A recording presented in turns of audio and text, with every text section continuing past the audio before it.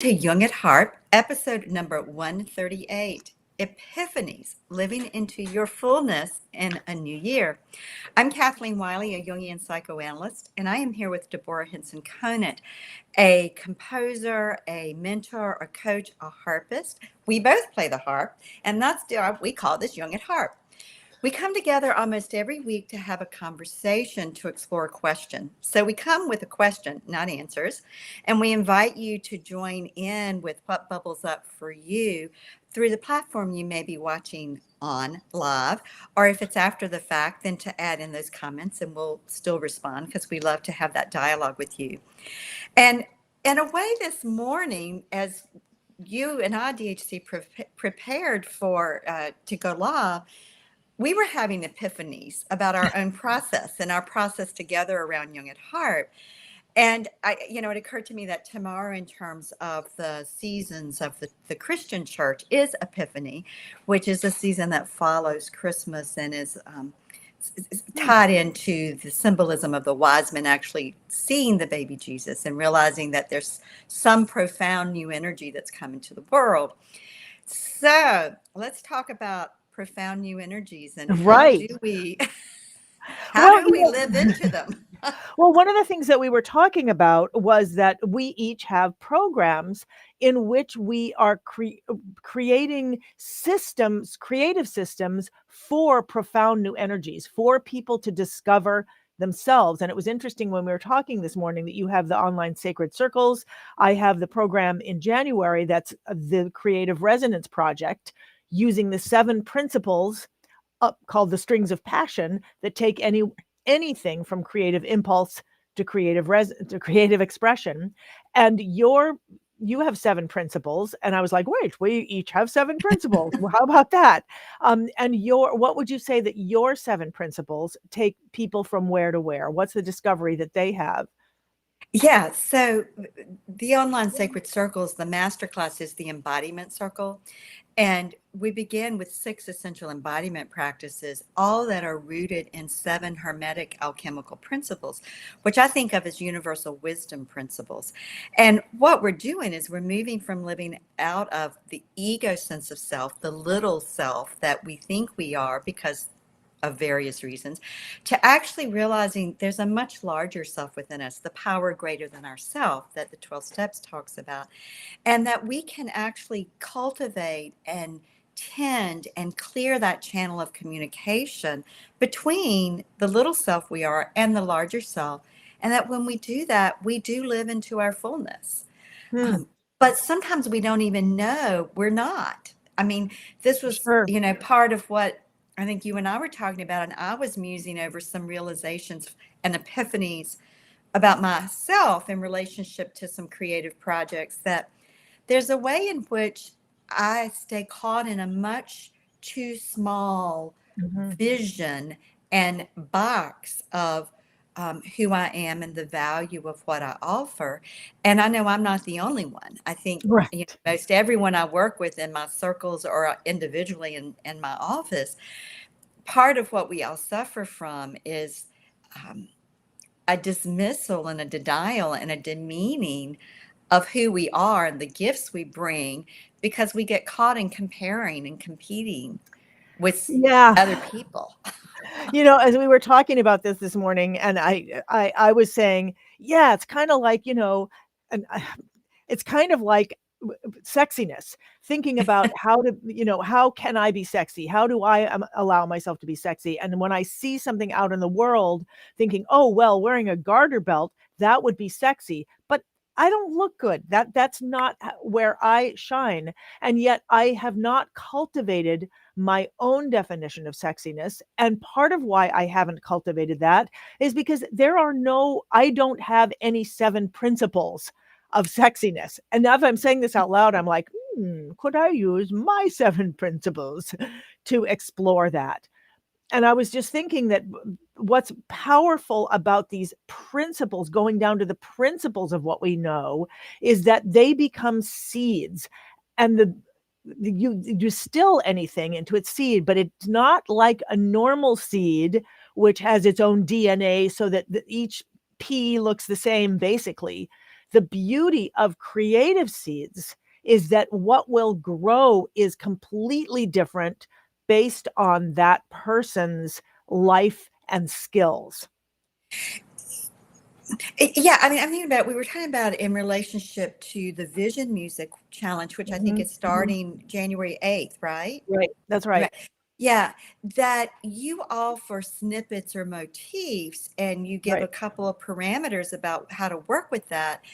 And yet that that motif and those couple of parameters sound differently in the hands of the harpist or musicians who play them. And and And they that would sound different, and they would sound different if you broke them down. If a dancer were to take those same, that I can show you this in a second, if a dancer Mhm. were to take that, or if someone were to use them in drawing, they're going to take on a completely different shape. No, their shape will it will show up in a different way in each person. Yeah, the individual shapes of the snippet and the parameters take on a different, larger shape or form with each person Right. because they shape it in relationship to their energies. Right. So, for example, I'll give an example. I mean, one of the things that I discovered as I started working on this challenge, because every quarter when I open up the academy, I have a challenge, and it's a challenge that it's a 5-day challenge where I take one tiny little concept that will be great for everyone who's already in the academy. It gets them to hit the ground Mhm. running in the next quarter, but it's also a great introduction for anyone who's thinking about joining the academy. And this quarter, for the first time, we're opening up this one quarter, not just for harpists, not just for musicians, but for anybody to Mhm. explore their own creative expression. And Mhm. part of I've been asking people, why is it creativity important? And one person said to me, so that I can think outside of the box. And so Mm. I was like, right. And first you have to identify the box. And so I realized that one of the things we do in this vision music challenge for musicians or non-musicians is to take a shape like this shape. That's the entire piece is based on starting on one note, which you can find, it happens to be, well, Mm. like I'd say that, leaping up and coming back down, a larger leap and then one step down, which is, that's all it is. But knowing if you can leap up, you can leap down. If you can leap up quite a Mhm. ways, you can either leap up further or you can leap up less far.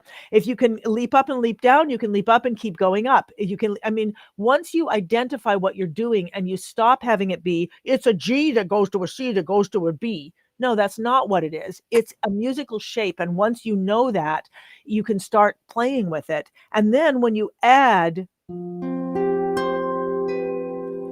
already there's more context, there's more emotional context. I added 2 notes in the bass, Mhm. but then I also add,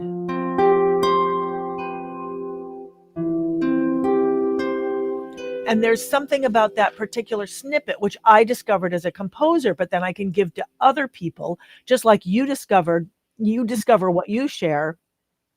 With this, you can then,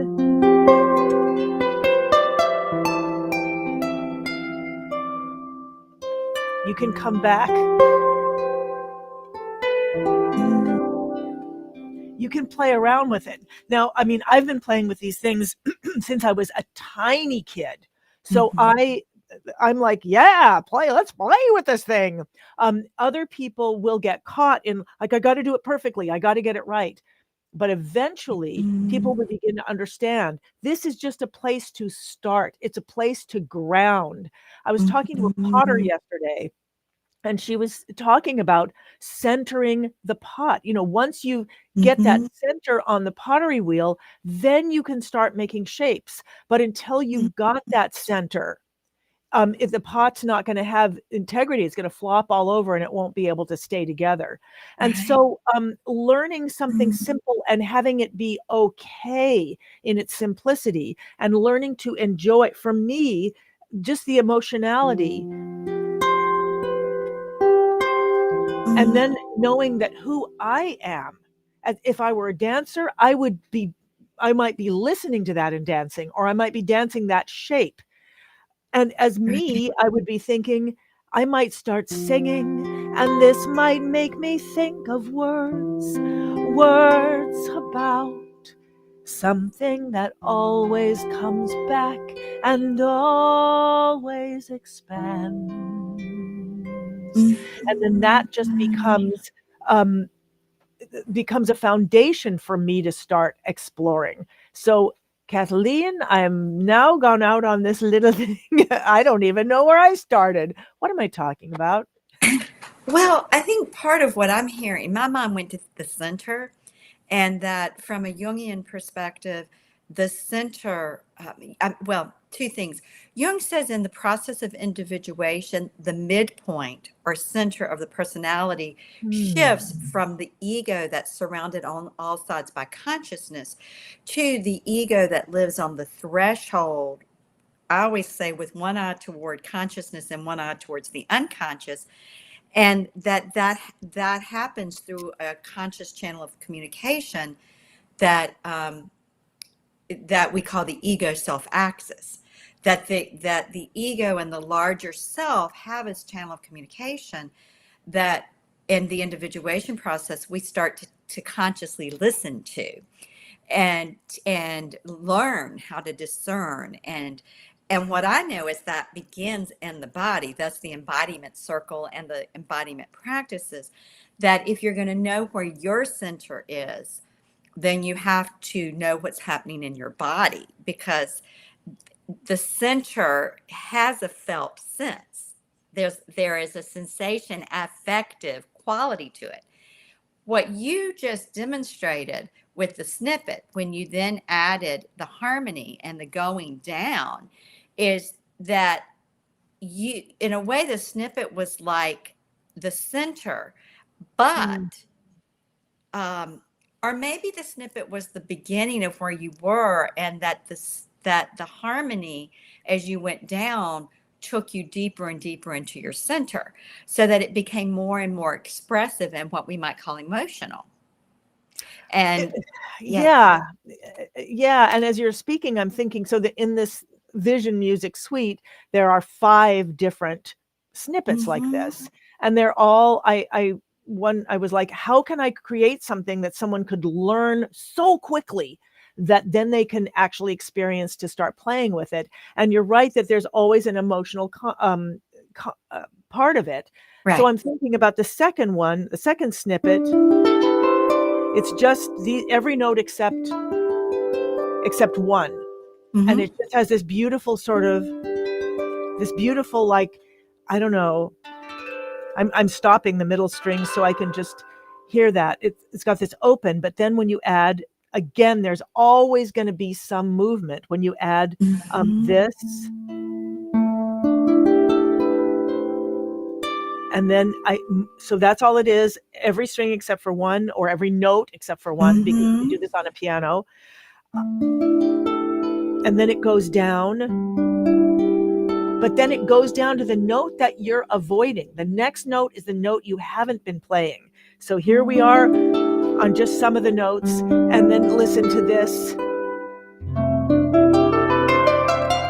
All of them open up, and you can just keep doing that over and over again. You're in this all, and then you get down to here.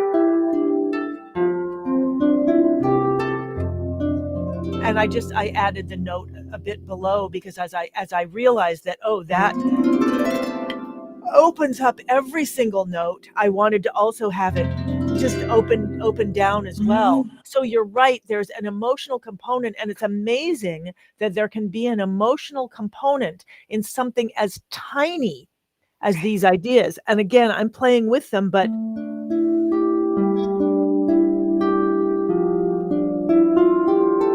even in a small way, they have that emotionality, and then you expand them.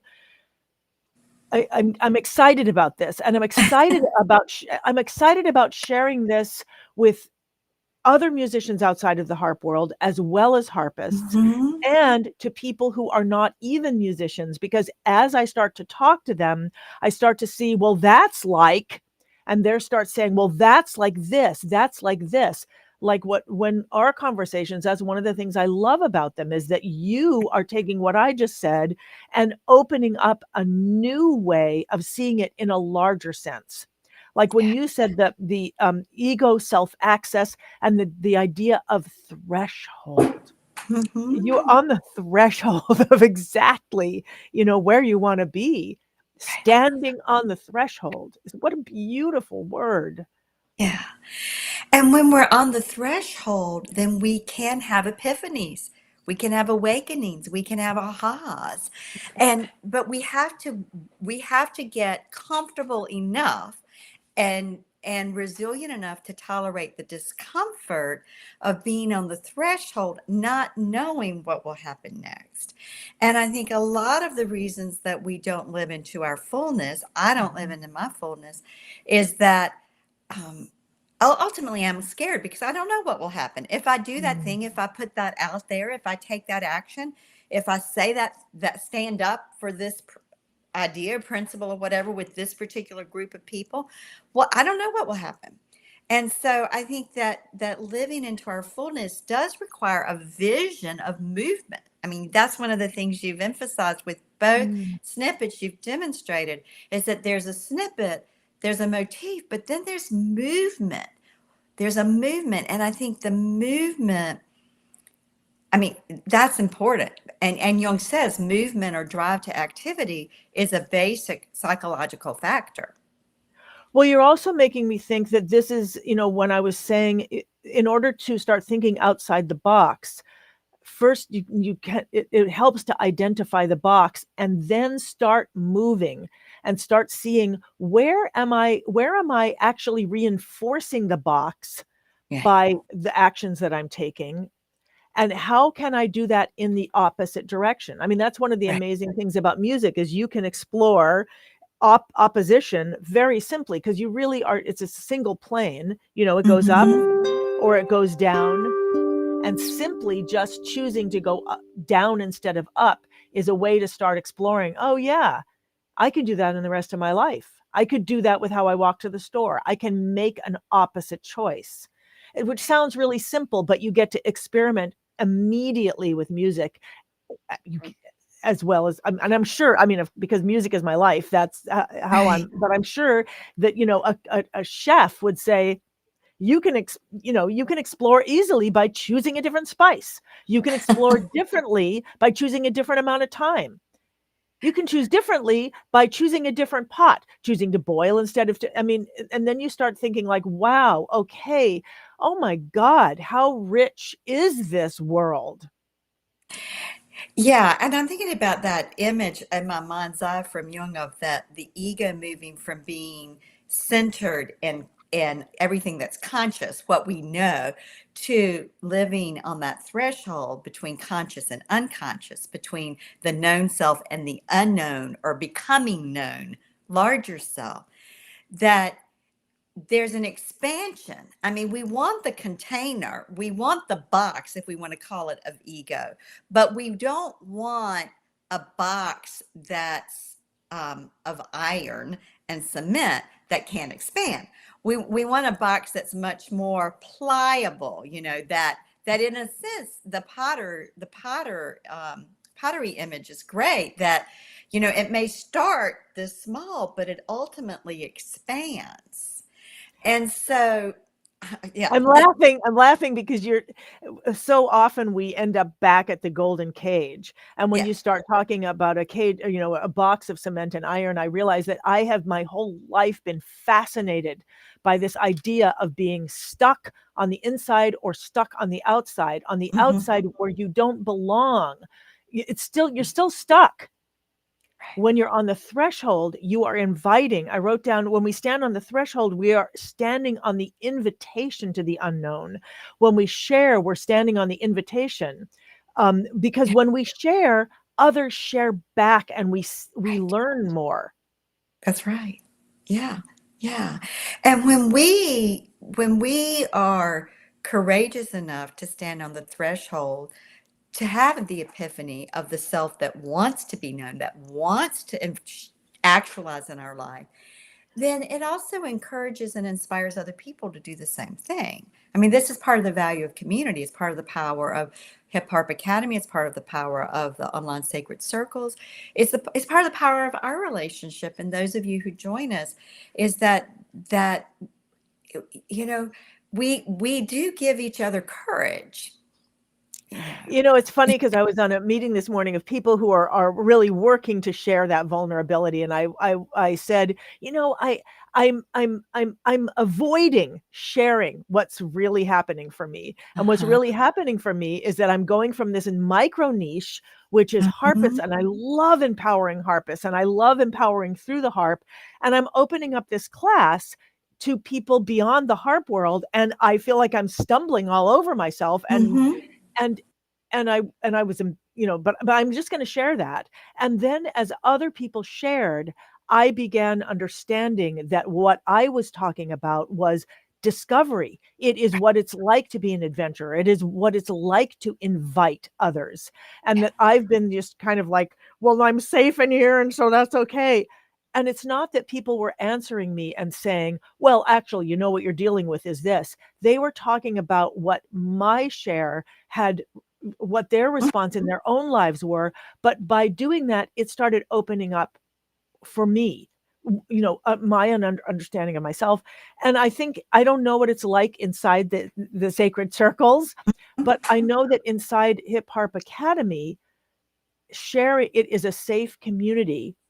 So there is that box in which we are unlocking.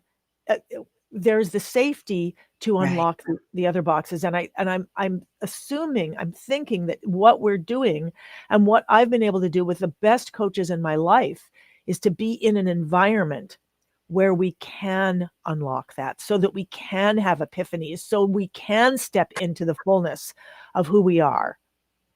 Absolutely. I mean, again, we're back to containment, which Yeah, the container is so important in the analytic process.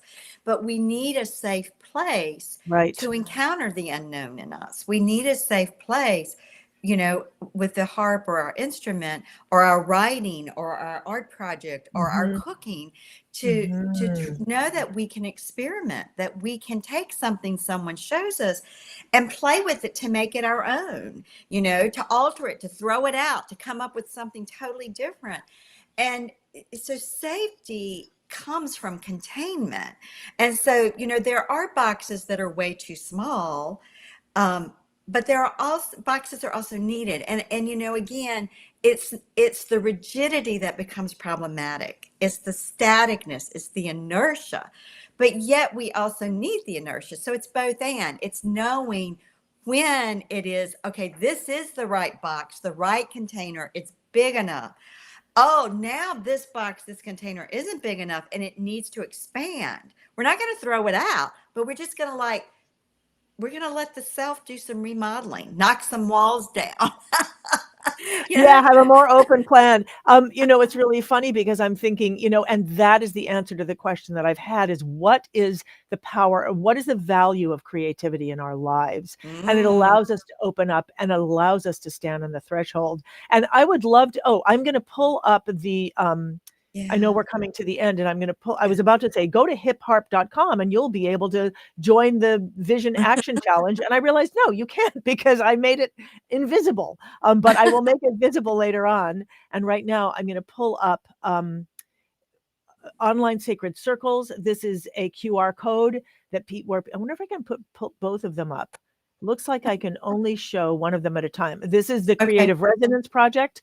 I'll put this up for a minute, and then I'll put the other one up. Okay, sorry. Someone was trying to screen the other one. Okay, here's the Okay. Online Sacred Circles. Take out your phones. Um, Jump onto that one, and we can put in the notes at around 2418 was when Online Sacred Circles URL is there. And then here is the Creative Resonance Project, which is using the 7 strings of passion, which open up, uh, take anything from creative impulse to creative expression. So I think everyone's had time, and that was at about 24 and 37 seconds. Okay, Right. great. Beautiful. All right, great. All right. Well, Kathleen, another exciting moment to get to Yeah. connect with you. I cannot, and the other thing I realized is what a perfect beginning to 2024. Yeah. This Yeah. conversation about stepping onto that threshold. Yeah. I'm moved every time I say it because it's I have secret music that I play to myself, and there's Mm, one piece that's like, you are here, you're finally here, standing on the threshold of exactly where you want to be. You're here. yeah. And I feel like Yeah. what an amazing beginning to the year. Yeah. And to join hands and join with all of you who are viewing us to actually step across the threshold, to actually not run away screaming. And when we do begin to run, to just let the people we're holding hands with energetically pull us back. Mhm. Yeah. Thank you for a beautiful beginning. I invite everyone to online sacred circles. I'm going to pull it up one more time before we leave because there's just 2 more Mm-hmm. days in which people Mm-hmm. you open up your program twice a year. I open up my program 4 times a year.